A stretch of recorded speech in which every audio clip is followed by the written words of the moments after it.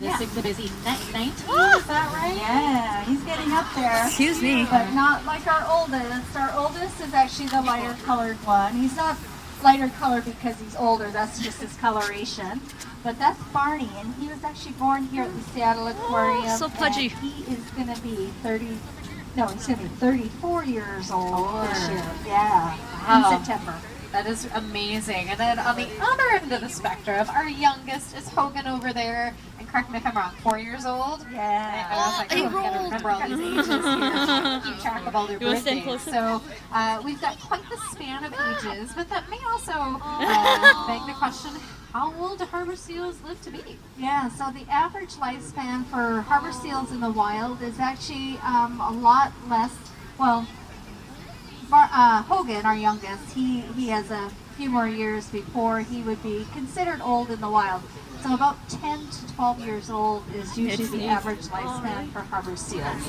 And so some of the things that help that longevity in the care of humans, they're getting wonderful care. Yep. We can see they're getting some delicious seafood, but we're It's probably like, give me a getting belly a little rub. bit of an inspection here. This is almost like an annual checkup that we might get at the doctor, except this is daily checkup. Everyone keeps getting in the Yeah, way. so we do this every day. It also builds that strong relationship that I we should have, have I didn't with want to block the our door, animals, if anything. especially if you find an animal like say an orca whale or maybe a real vicious white shark or something, because harbor seals are actually found everywhere in the world on the northern hemisphere, so they can actually run into predators like that. So that might be a way for them to escape. Otherwise, more and more they might just hide under the they do water too. and hide in the kelp beds, which they're very well camouflaged. I saw the for signal. doing that. You can see that their body pattern is all broken up with spots, Bounce. which It actually needs to helps bounce. them be camouflaged in their environment.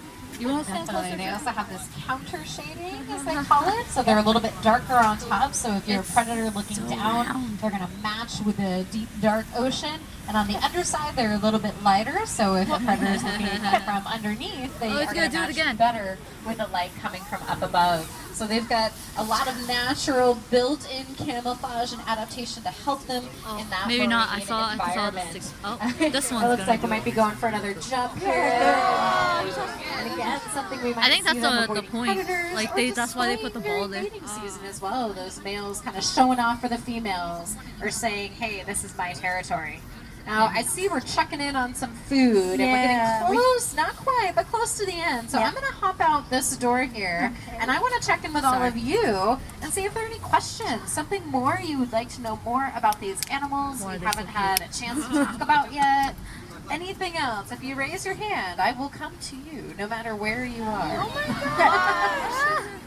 Any questions? No? I find it hard to believe we told you everything about harbor Question, seals. why are they so cute? There's so much more. All right. We Good. can always come back out too and answer any questions if you don't want to do it over the mic. So that's Definitely. We got a couple, it looks like, here. Yeah. Oh, we're wondering, how did we keep them warm during the snow? Was that a problem for them? No, actually it isn't. If you notice on Q, we've actually ended our feed now, but you can notice actually on Q and Hogan that are both out. They're pretty robust animals, meaning they have, lots of body fat on their bodies. And that So you're right. body It's the fat blubber. is actually called blubber, and that's what's protecting them from the cold. So it not only protects them from the cold The other water, one's gonna come up but it soon. protects them from the cold air as well. So they actually have a higher body temperature than And us. they want more food. It's about 100 degrees, so they're fine and happy with snow.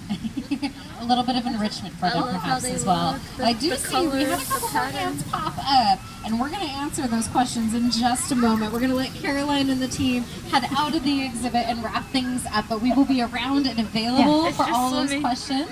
I'm so glad to see so many hands. I do want to thank everybody for joining us today. We really appreciate you coming in and being here at the Seattle Aquarium. so Have a cute. wonderful Octopus Week. I do happen to know in just a few minutes at bouncing. 2:15, they're going to be doing a dissection up at the Puget Sound Hall if anybody is interested and maybe seeing some of the inner workings of a gonna pop its fish head. actually today. So pretty unique opportunity.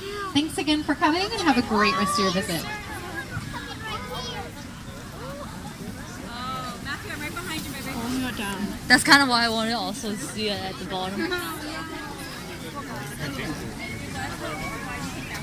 Where'd it go? Oh, is it time for all of them to go back in? Oh, I think that's why they all went underwater. Alright.